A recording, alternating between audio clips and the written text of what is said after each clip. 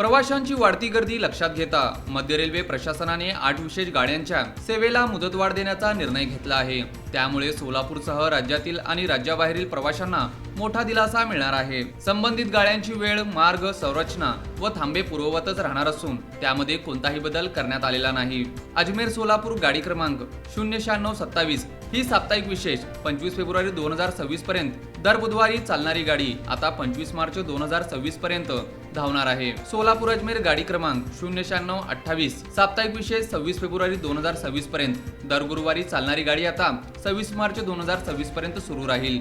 आरक्षण 16 फेब्रुवारी 2026 पासून सुरू करण्यात येणार आहे। सर्व संगणकीकृत आरक्षण केंद्रावर तसेच संकेतस्थळावर आगाऊ आरक्षण कालावधी ARP अंतर्गत तिकिटे उपलब्ध राहतील। ARP कालावधीनंतरच्या प्रवासासाठी संबंधित तारखांना बुकिंग सुरू होईल।